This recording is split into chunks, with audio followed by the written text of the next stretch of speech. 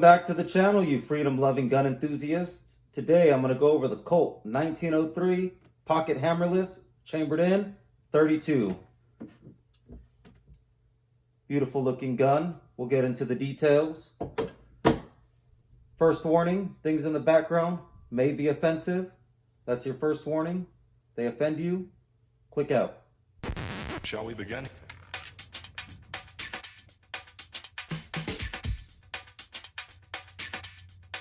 Let's begin now. Let's begin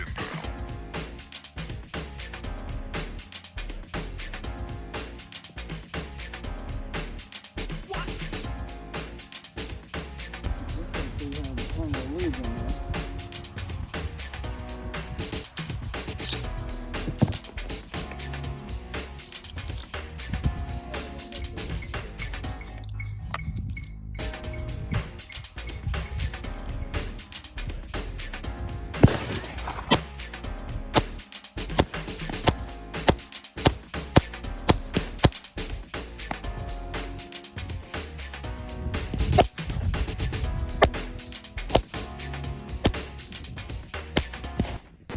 Shall we begin?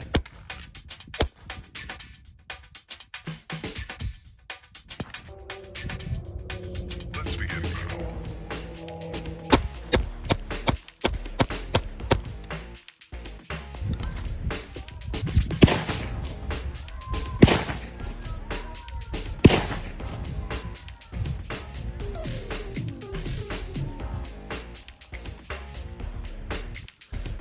The overall look, weight, and feel of the Colt 1903 is great.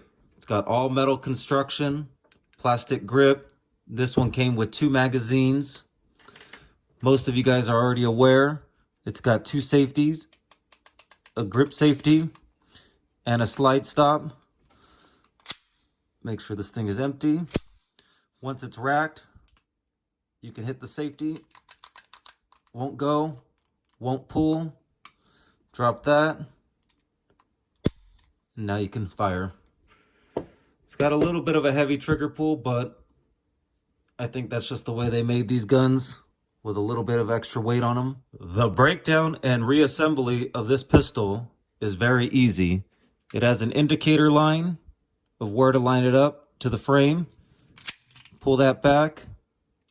Hold it in place. Twist the barrel, slides right out. When you're ready to reassemble the gun, very simple. Pick up the spring and guide rod, insert it here. Get your slide and barrel, put it in. Make sure you turn it. Get the spring in.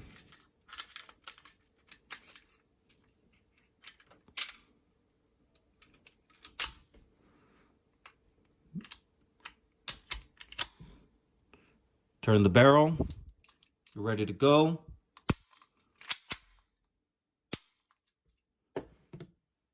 And you're back to being complete. I've been looking for the old Colts, the 1903, the 1908 380 variant of this gun for a long time now. You know, they're not rare by any means, but they are kind of going up in value. They're not $200-300, $400.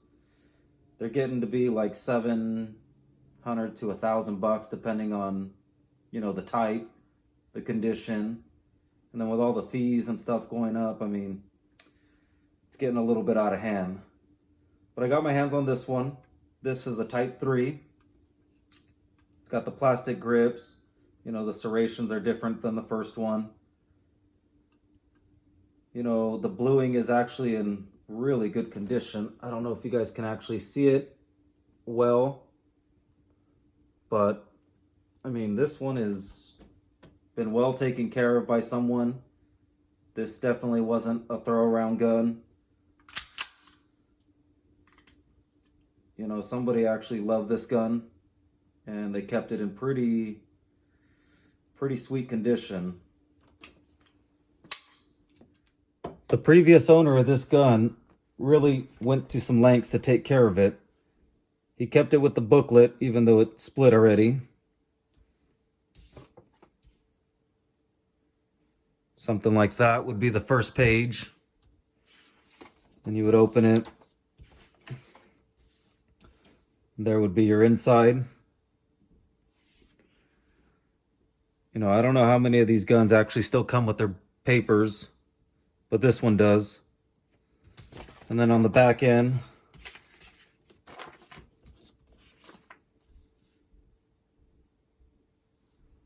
be something like that.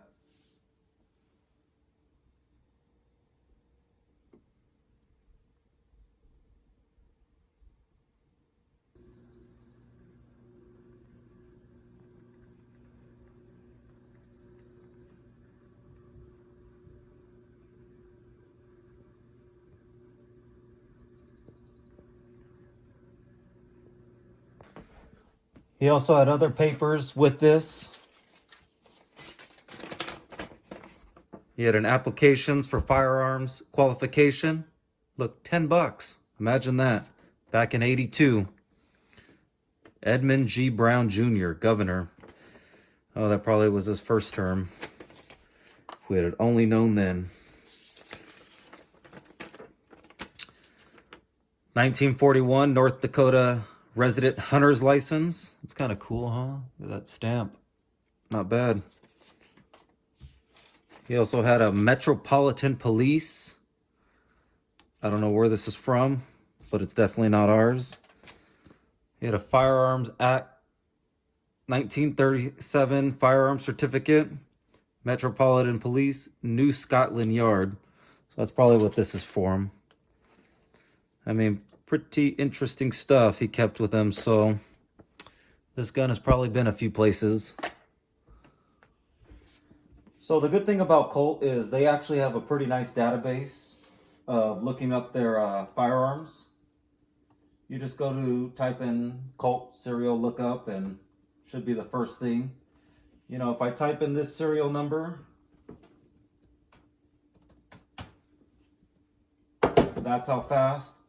So they do use the serial numbers for different guns with different models. So your serial number is on another model gun at some point in time.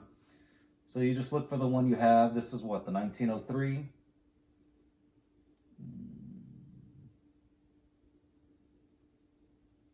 So right here, looks like this is my bracket here. So this one they claim 1921. The M1903 Pocket Hammerless, 32 automatic. So they give me a 1921 date of manufacture. Not bad for an old gun, right? I mean, they definitely hold up.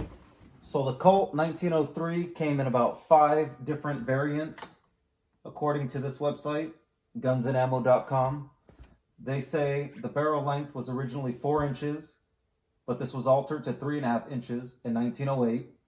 In fact, over its lifetime, the Pocket Hammerless experienced a number of changes, now recognized by collectors as 5 distinctive sub-variations.